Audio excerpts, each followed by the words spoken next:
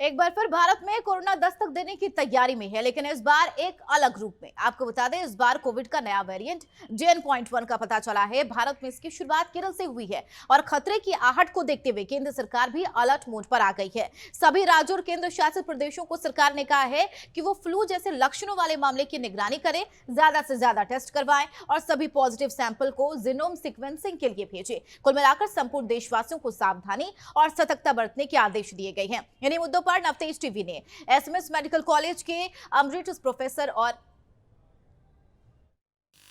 Covid एक बार फिर से हमें डरा रहा है। कितना ये असर डाल पाएगा, कितना नहीं, और कितना इससे सावधान रहने की ज़रूरत है, ये जानने के लिए आज हम पहुंचे हैं डॉक्टर सुधीर भंडारी के पास, जो कि SMS medical college and hospital के एमरिटस प्रोफेसर हैं और वाइस चांसलर हैं आरयूएचएस के। सर, बहुत स्वागत है आपका नवतेज टीवी में। एक बार फिर से कोविड आ गया, कितना इससे डरना चाहिए? देखिए, डेफिनेटली आपने काफ़ी न्यूज़ सुनी होगी कि केरल में भी कोविड केसेस ने दस्तक दे दी है। कुछ भारत में भी केसेस पाए गए हैं। साउथ ईस्ट एशिया, यूरोप की कुछ कंट्रीज़ जैसे लग्जमबर्ग, फ्रांस, पोलैंड और अमेरिका में भी जो ओमिक्रॉन का नया वेरिएंट है, जिसको कि JN.1 लीनिएज वेरिएंट बोला गया है, पाया गया है। सबसे पहले तो मैं आपको बता दूं कि जो हमारी कंट्री में सक्सेसफुल वैक्सीनेशन प्रोग्राम हुआ, जिसमें सेकेंड डोज के बाद बूस्टर डोज भी लग गई है, तो जो इम्यूनिटी एक वैक्सीनेशन प्रोग्राम के द्वारा डेवलप की गई है, वो इस वायरस को भी प्रोटेक्ट करती है, नंबर 1।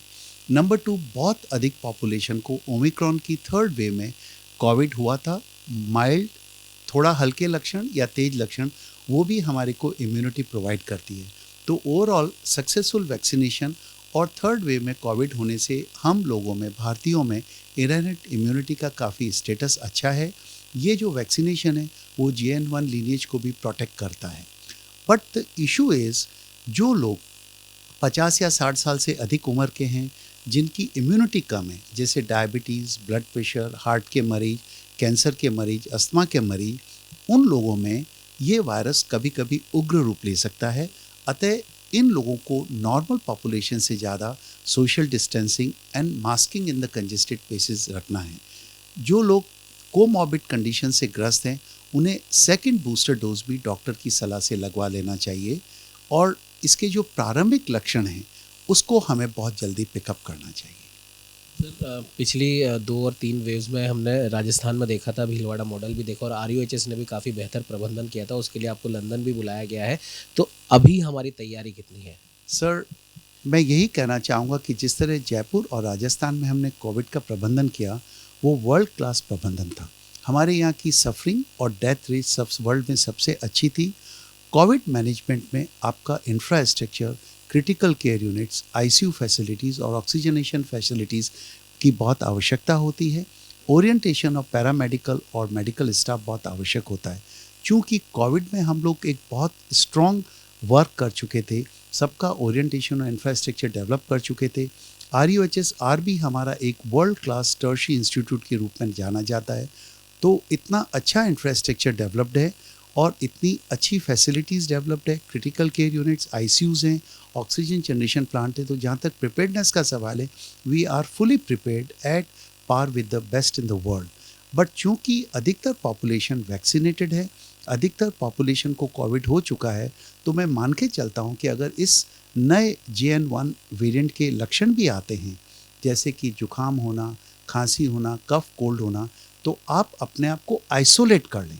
अपने आप को आइसोलेट करें, बहुत अच्छा न्यूट्रिशन लें, अपने आप को हाइड्रेटेड फील करें, डॉक्टर्स के द्वारा सिम्टोमेटिक ट्रीटमेंट लें, तो कई कॉम्प्लिकेशन होने के चांसेस नहीं रहते हैं। बट यही लक्षण अगर किसी एल्डरली सीनियर सिटीज़न में होते हैं और कोई कोमॉर्बिड कंडीशन, जो कि मैं बता चुका हूँ, डायबिटीज़, कैंसर, अस्थमा, स्टेरॉइड लेने वाले लोगों में होता है, तो तुरंत ही डॉक्टर से संपर्क करें।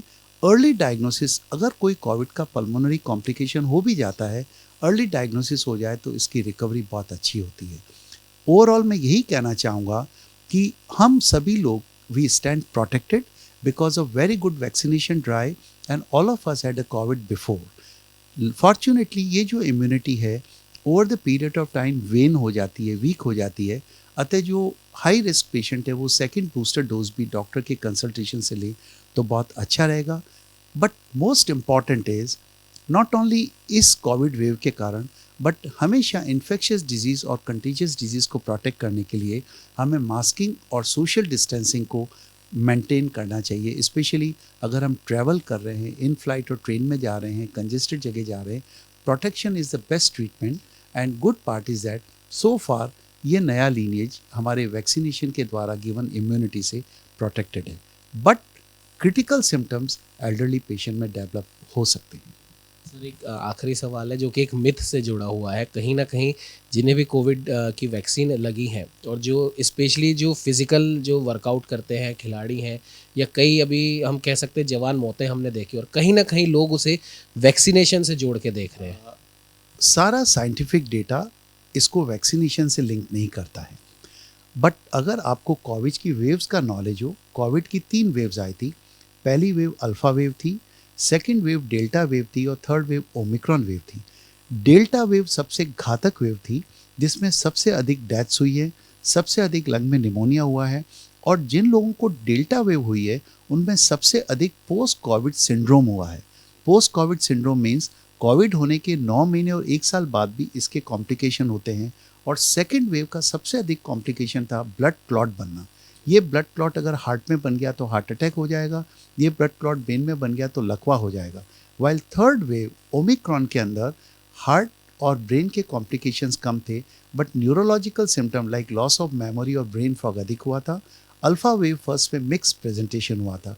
तो ये जो आप यंग स्ट्रोक और यंग हार्ट अटैक की बात कर रहे हैं, इसको हम पोस्ट कोविड सिंड्रोम और कोविड इन्फेक्शन से कनेक्ट करें तो साइंटिफिकली करेक्ट होगा। वैक्सीनेशन में कुछ ऑब्जर्वेशंस आए हैं बट सोली हम इसको वैक्सीनेशन से कनेक्ट नहीं कर सकते।